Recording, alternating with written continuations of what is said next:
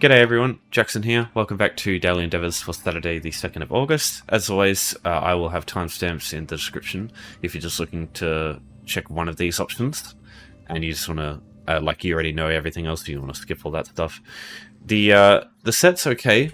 The only prerequisite I can see is this one requiring either a player or a companion. With a player, it's base game, but companions are generally more convenient. But companions require you to pay some sort of money to get access to them.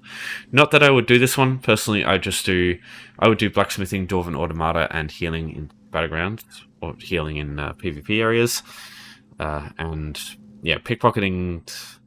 I don't like this one too much either because it's pretty easy to get a bounty with this unless you have like a established character with lots of legitimacy. But yeah, I'll go through everything. So.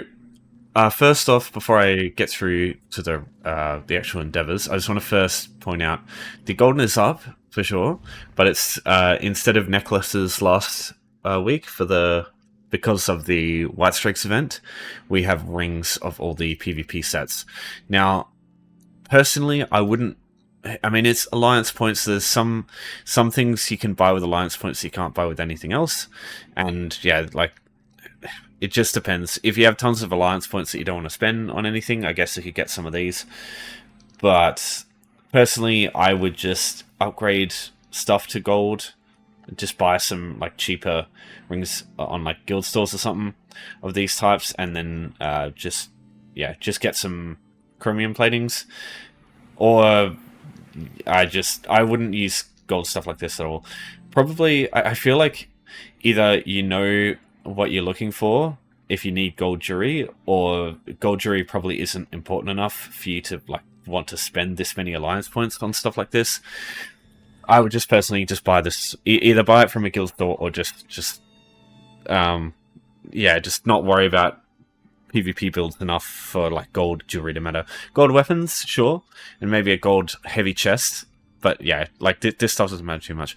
But if you're not too familiar with PvP and you do want to look at like buying one of these, I would say Rallying Cry is good, Plague Break is good, Vicious Death is pretty good if you just want to like go into a big group and just explode a bunch of people. Because yeah, if you kill one person, it can create a chain reaction and kill a lot of people very quickly. But yeah, you might want to look through this stuff and just have a look. There's another one. I'll make a case for Cyrodiil's Crest. I personally use this for just like when I just want to relax and tank like a trial or like a normal trial, because you're basically unkillable as long as you're blocking with this. Battalion Defender is also basically the same thing, but it can heal other people as well. So yeah, these two here, I love using these just as like a selfish tank. But I know stuff like this isn't liked too much in like high level trials, so just be aware of that. Also, Deadly. Deadly's a really good set, especially if you just want to, especially if you're using like an Arcanist, or like using Fate Carver as your main spam bull, or Templar Jabs as your main spam bull, or if you're using a heavy attack build, Lightning Staff heavy attack build, because that basically everything you're doing with that also counts as damage over time or channeled stuff. Alright, let's start off simple. So, healing in PvP areas. This one's actually, you can do this without doing any PvP at all. So, it just needs to be known that this, importantly, is missing health. So if you just try and heal yourself normally, when you go there, like nothing will happen because you're full health. So you need two things. Obviously, you need a heal. A couple of heals, like one burst heal and some heals over time, is quickest for this. But like it only takes a couple of minutes anyway, so it's no big deal. And then you need also something that removes health. Now you can use full damage. Obviously, you can just have like do it with players, but it's just going out and finding people is a pain in the ass. Whereas you can just get straight in and just do it immediately. So what I use myself, I'll go through the three things. So the one that's not like class specific is Undaunted. So Undaunted, the Blood Altar ability, the first thing that you get, costs health, and it costs quite a lot. So this you can get from talking to Muddy Mordra here. You can find her just south of the starting wayshrine in Daggerfall, in the Glenumbra zone. You have to be level 10 for her to give you this quest, but you know, I assume that's not a big problem for most people. That being said, you kind of can't do the Endeavour at all at level 10, I suppose, so... the other options, if you have a Nightblade or if you have the Siphoning skill line, you'll have Siphoning attacks. This is, I think, the best option, because it takes away your health and gives you Magicka and Stamina, and you use Magicka and Stamina to heal yourself. So it's just like a symbiotic process. The other really good option is Vampirism with Blood Frenzy. You toggle this on, and so while this is like a opposite of a burst heal, this is the opposite of like a heal over time. So you use these two in conjunction and you can just take off lots of your own health. So what you do is you remove your health with these and then you heal yourself with this stuff. Now, just word of warning, this is a criminal activity, but I guess it's not really a warning anyway, because you can't get a bounty in Cyrodiil or Imperial City or anything like that. So don't, you can use whatever the fuck you want there. Just understand if you use it outside of Cyrodiil, it might give you bounty. Just be aware of that. Alright, so first thing, I personally use Imperial City because it's quicker to get into and out of straight away. So just queue for Imperial City, preferably champion points, because you can get champion points that increase your healing done and make it quicker. Just accept the thing when it comes up, and you'll get ported straight into the safe zone in Imperial City. Alright, so now all you have to do is activate your Vampirism heal over time, or damage over time if you got it, and then just start spamming the ability that costs health. Now, once your health is low, use your self heal, and just repeat that process until you get the Endeavour done. It's simple as that. So yeah, a couple of casts, and yeah, I'm already at halfway, so that's all there is to it. Class has like their own dedicated like instant heal. So Nightblades, for example, have what's it called? Malevolent Offering. Dragon Knights have Dragon Blood. You know, sorcerers, they've got the Clan Fear. They've also got Dark Exchange as well. This gives you health. So yeah, every class has like their own thing that they can use to get health back.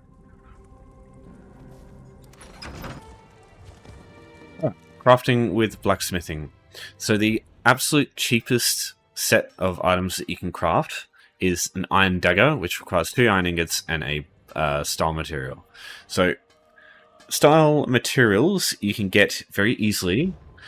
Just find a blacksmith. For example, Wogan here, or Rogan. So the blacksmith, they have all the style materials that all characters can use. You just have to understand what race you are, that's all. So just buy a couple of these for 15 gold each. You can buy them from guild stores, but they usually are more expensive on guild stores than they are here, so I wouldn't really recommend that. As for iron ingots, you can either mine them or you can go purchase them. I should make a case for blacksmithing writs. These are basically the same thing, except you craft specific items that it requires, and if you hand this in, it counts as a quest. It gives you some gold, gives you some surveys. Surveys are great because they come up in other endeavors, multiple types. Well, they can be used for multiple endeavors. And you get gold quality upgrade materials, which are also excellent. Especially blacksmithing, because I find that I use tempering alloy more than any other resource, especially since dual wield is 2 metallic weapons. So you use twice the amount of tempering alloy just to upgrade those to max. You use twice as many resources for those, just in general. Yeah, Rosin I use as well, but Rosin's very cheap. Tempering alloy is noticeably more expensive. So yeah, worth doing these if you can do them. There are 100,000 different guides out there, like videos, explaining how to do writs, and they all explain them better than I think I could. So just look those up if you want to do writs. But understand you do need some blacksmithing materials as well. In this case, you need the style materials, and you do need some iron ingots or whatever the blacksmithing passive is, metalworking, whatever this is. It'll tell you what material that you need for the writ that you've got. So if you need iron ingots or any metallic materials, you can find them in guild stores through the materials tab into material here. You can use raw material, but I wouldn't recommend it because it's a lot more expensive generally. So anytime you look up stuff in guild stores, always look at the unit price, don't look at the total, because the unit price might be low. Oh, sorry, the total might be low, but the unit price might be high. So going down here, you can see, you've got these very cheap amounts, but there's only a small amount, and the gold per item is just like quite high. So things like this are good, like Riverite for 7 gold a piece. That's like typical price. And the salvage stuff you can see on the left there, that's Tamriel Trade Center. I'll put this in the description if you want to check it too, just so you know what like prices to look for with each type of material. Just understand, I think with older consoles you can't use add-ons, so in that case maybe you can use they have their own website too, which you might be able to peruse. So yeah, shouldn't spend any more than like 6 gold a piece. That's a good one. Like anywhere from 1 to 2 grand for a stack of like this stuff is usually good. You can also refine stuff, so you can only refine in waves of 10. And each time you refine, you'll get anywhere between 7 and 10 materials. So if you just want to craft some daggers, if you get 10 iron ore and try and refine it, there is a chance you'll get 7, and you just have to go out and find another 10. So it's kind of annoying, but the odds are quite low. Like it's between 7 and 10, so the odds are in your favor usually. So yeah, you can see I've got 8 there. So I could have done it in that just one stack. So that, grabbing or finding like 10 iron ore won't take you very long. Just understand you might not be able to find iron ore depending on this here. Whatever materials spawn depends on this passive and your level, so sometimes you won't be able to find iron ore. Just keep that in mind. In that case, it might just be better to buy them on guild stores. Alright, so next up we've got Dwarven Automata. So these are just spheres, spiders, the typical Dwarven stuff. The only things that don't count are the Clockwork City automaton type enemies, so just don't look at those. So unfortunately there's no like instant like dungeon ones that you can get, unless you got like specific DLC dungeons, and they're quite tough usually. So I'm just going to go through the generic options, but there's a few. You'll be able to look at them. So Inner Sea Armature, this is in Stonefalls. You've got this Wayshrine by default, so it's not that much of a trek to get here at any point, just on the fact that everyone's got this Wayshrine. But this is also something that usually most people go to, so this is going to be quite busy. So just basically, in order to get here, look for the light blue crab, and from there you'll be able to see the entrance right here. So you just have to go along the mountain side for a while, or the volcano side. Through here is what you're looking for. So you can find the spheres if you want, but it's much more efficient ignoring the spheres, or bringing them with you, whatever you want to do, and going over to these pipes here, because these give you most of your Dwarven Automata. They spawn tons of them. So you can see, you can see like tons and tons of them. Just make sure if there's other people, just make sure you light attack them just once. Like don't just obliterate them as quick as you can. Like, it doesn't take you very long. But the only thing is, if people kill them, you have to wait for them to respawn. Sometimes it could take a couple of minutes. But generally it's just, it's not going to take you very long doing this one.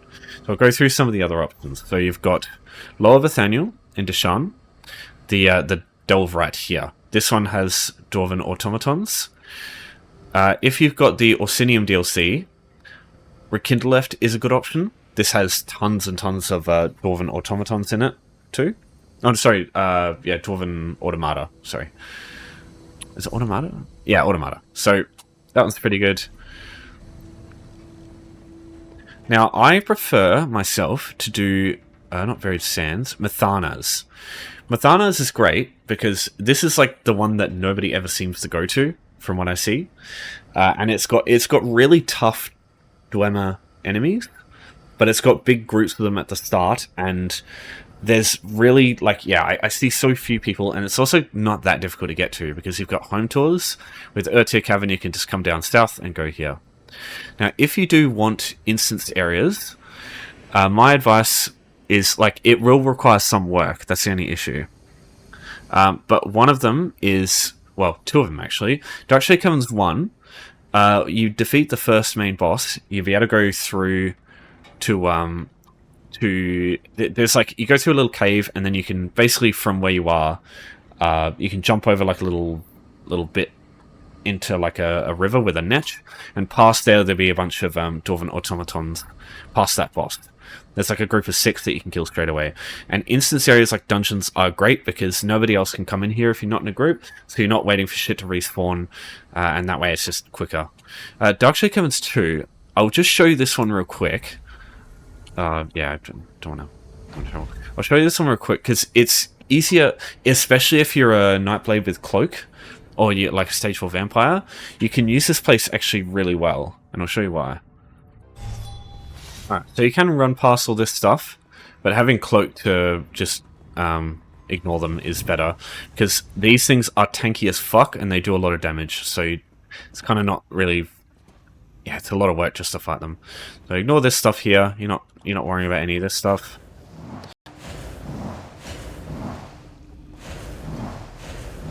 Alright, so keep moving through, and...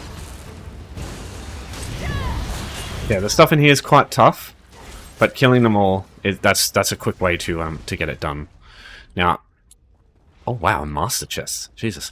So everything else here, you can do the same, and once you kill everything in this room, there'll be a boss that spawns there. But I'm pretty sure there is a way to spawn it immediately and cause everything else to die. I'm not sure what causes it though. It's not happening. Yeah, he spawns right here. I guess you need to kill the farmer first? I don't know.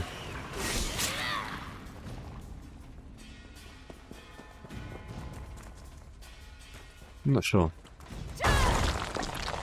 Yeah, eventually, yeah, this stuff here will spawn. This big boy. The other option that I would recommend, if you're on stages 2 or 4 for Mouse Arena, that spawns Dwarven stuff as well. And what you can do is you can kill them, leave, and as long as you don't kill the boss of that stage, it stays on that round. So whenever this endeavor comes up, that's also a pretty convenient way to just get an instance area with Dwarven Automata. Just going through, yeah, just a couple more places. Uldun's has some Dwarven Automata in it too. And yeah, you'll find delves in various places. There's ones in Eastmarch, like Resolved and stuff like that, that have Dwemer. You just gotta look around. Maybe I'll link the Dwarven Sphere and Automata like USP pages, because they will list all the places that you can find them. But yeah, just what I mostly do is just use a dungeon like this, or I usually just use Slower Nathaniel. It's pretty straightforward. Shit, one last thing. Infinite Archive. You might find Dwemer when you do that, or if you do that. But it's a chance, like there's so many different enemy types in there that whether you get them or not, it's just down to chance. But that is something to consider. If you're going to do your 4 stages, which isn't too bad, but yeah, as I said, I would do something else because it's quicker. But you can get Dwarven Automata, and you can get quite a few of them. It's not like some of the other enemy types where there's like just 1 or 2. You can get a lot of them from Infinite Archive. But again, it's all down to chance. Okay. Next up is pickpocketing. So, welcome to Bergama. You want to find a place with a lot of civilians to pickpocket. Now, normally, you'll see most people go here to Vocal Guard, and this is a good option because it's so easy to get to, so easy to use. But I don't like this as much because sometimes people go through a fucking killing spree and just everybody's dead, and you can't pickpocket people that are currently dead. So what I prefer to do is go somewhere that's like usually less traffic, and in this case usually Bergama's where I go to because there's still a lot of people to pickpocket. So how does pickpocketing work? Go into stealth, you go behind people, and then you get the option to pickpocket them. Now there's a system where it goes green for a second. It'll ding and then go green. There. And then you that's the best time to pickpocket, but even then like you'll still get unlucky. So yeah, that just increases the chance for the pickpocket success by 20%. The only way to ensure that you get that is just to wait. It's like a 10 seconds green, 3 seconds... so 10 seconds not green, 3 seconds green. It's some shit like that. Yeah, you can only know by just the ding noise when it happens. Sometimes it can be very inconvenient, like they're moving in like an area that you'll be spotted, and yeah, just... Yeah, it's very. This is very RNG based unless you're like really established. So there's 3 ways to increase your pickpocketing chance. One's to be a Khajiit. They get I think an extra 5% pickpocket chance success from one of their racial passives. I think the flare one. 2 is to wait for the ding noise. So make sure that the chance is green. That's an extra 20%. And then legitimate is your main source. So the light fingers passive here increases your chance to pickpocket. It goes 10, 20, 35, and then 50. The last passive is really fucking good because it almost basically doubles your success chance. So, but unless you have that, like you're gonna get spotted basically at some point. So you're probably gonna get a bounty. It's not really. Oh, because I wasn't stealth. So, try again. And we got that one that time. So yeah, just go through, find people to pickpocket, wait for it to go green, and pickpocket them. Now, some people have a higher chance of success than others. I think nobles, there's a lower chance, but you can get better stuff from them.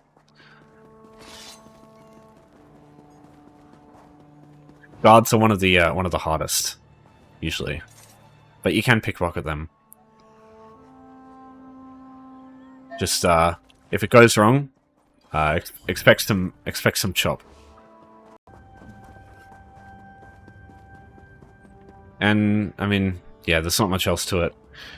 Preferably use something that's use something with Vampirism, because Vampirism gives you a passive that removes the movement speed penalty of sneak, so you can follow people easier. And also the passives have medium armor and get the improved sneak passive. Oh, I got this. Because this reduces the detection radius. Khajiit also have the same thing, where it makes it harder for enemies to see, or people to see. They have to get closer. Wood Elves used to have this too, but they removed it and gave them fucking detection, which is the most useless fucking passive in this game. That's an issue for another time. Alright, so now we're up to the last one, stages in the Infinite Archive with a partner. Now, with a player, with a companion, doesn't matter which one you choose, whatever works for you. If you want a player, my advice is, if you don't have any friends, I guess, you could just either go group finder, look at Infinite Archive, see if anyone's doing this for the Endeavor, make your own maybe, but I don't find that this is really unreliable. I've done this a few times and just not really found anyone, so I don't know how well that's going to go. What I would do instead is just go to populated zones like Oridon, Deshan, Grotwood, that sort of thing, and just ask if anyone wants to do it. And with a player, this is done pretty easily. The first 4 stages and the first boss is kind of straightforward. But at the same time, you can do the same thing with a companion, and that's usually what most people do. So there are 8 companions in this game, and you get them from various DLCs, and then 2 of them from the Crown Store. So the Crown Store ones are Tanloran and Zereth Far. Either if you have the ESO Plus subscription, I think you get these automatically you unlock them forever afterwards, even if you don't have ESO Plus. I think that's how it works. If not, you've got Ember and Isabel. These are from High Isle. Sharpless Knight and Azandar. These are Necrom. And then Bastion and Miri are from Blackwood. So if you have any of those DLCs, you'll be able to get these characters. Now, the quests themselves, they take a couple of minutes. I find Ember's to be the most straightforward. I find Isabel's to be one of the longer. But yeah, it just depends. Whoever you've got, just use them. It doesn't matter. Because no matter how well or bad the companion is, they don't make a crazy difference. You can do this solo. You can do this with a companion, basically. So I've just got this one here. This is Ember. She's got nothing good. She's got just generic shit and just a resto stuff. You can get a blue quality weapon for fucking nothing these days on guild stores. Do not ever buy these from the fucking regular vendors for thousands of gold. That's stupid. Just buy one of these from... I know it says fucking 65,000 gold, but I've just bought one for 50 gold on a guild store. I don't know what the fuck that's talking about. But to get to Infinite Archive for the first time, you find Apocrypha here, and you find it right here. You can actually travel here on foot via Apocrypha, and you don't need the DLC. This is entirely free. The only thing that will cost anything is probably getting the DLCs for the companion. Just keep that in mind. So when you're ready to go through, the door will be here. Yeah, the like thing to open it up is like weird. It's just, yeah, it's a bit clunky. Okay, so you don't need the quest if you just want to do 4 stages. It doesn't take very long to get through. So it'll be, this is a stage, there'll be 3 waves of enemies, there'll be another stage with 3 waves, there'll be a boss, and then there'll be another 2 stages with 3 waves of enemies. It'll take maybe 10 minutes or so, or 5 minutes. It just depends on how good your build is. But basically, if you've got a decent self-heal, you'll be able to do this just like in due time. Just need a little bit of sustain as well. Now I prefer to have a companion with a Resto Staff, because I find they tend to die the least. They tend to get themselves in the least amount of trouble, but even then, yeah. So these Vanguards, my companion's actually been quite useful there. Interrupt the Vanguards. Any enemy with Vanguard in their name, make sure those fuckers get interrupted. Because if they get their, like, the circle lightning explosion off, they become very, very tanky, and it's a pain in the ass dealing with them. It takes ages to kill them. If you want to do this quick, that's the way.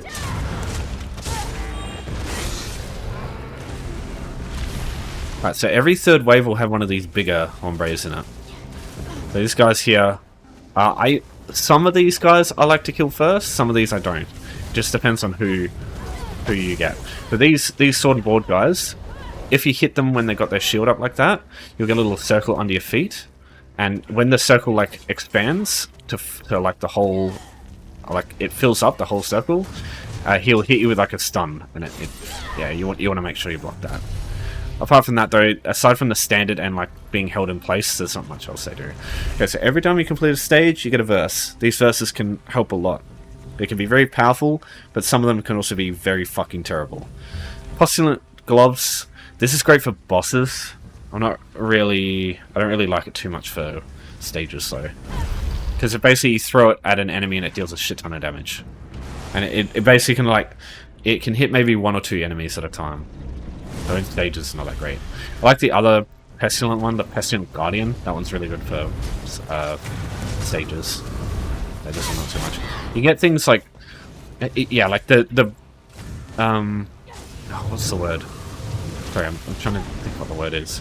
They're just disparity between things like the fiery orb for a boss fight, and things like world skills. If you don't use any fucking world skills, like some things are terrible and some are really good. Right,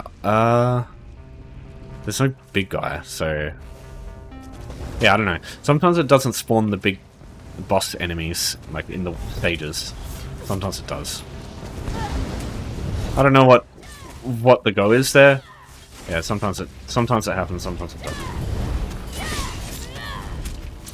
Just for fun, whatever.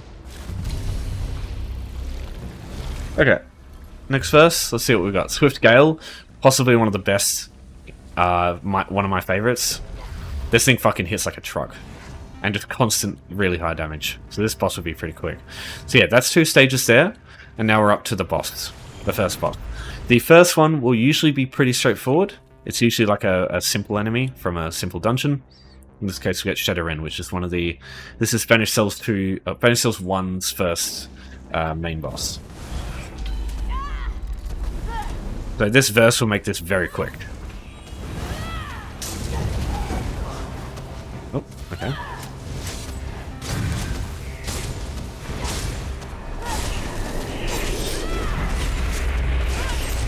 Yeah, told you, it's very quick.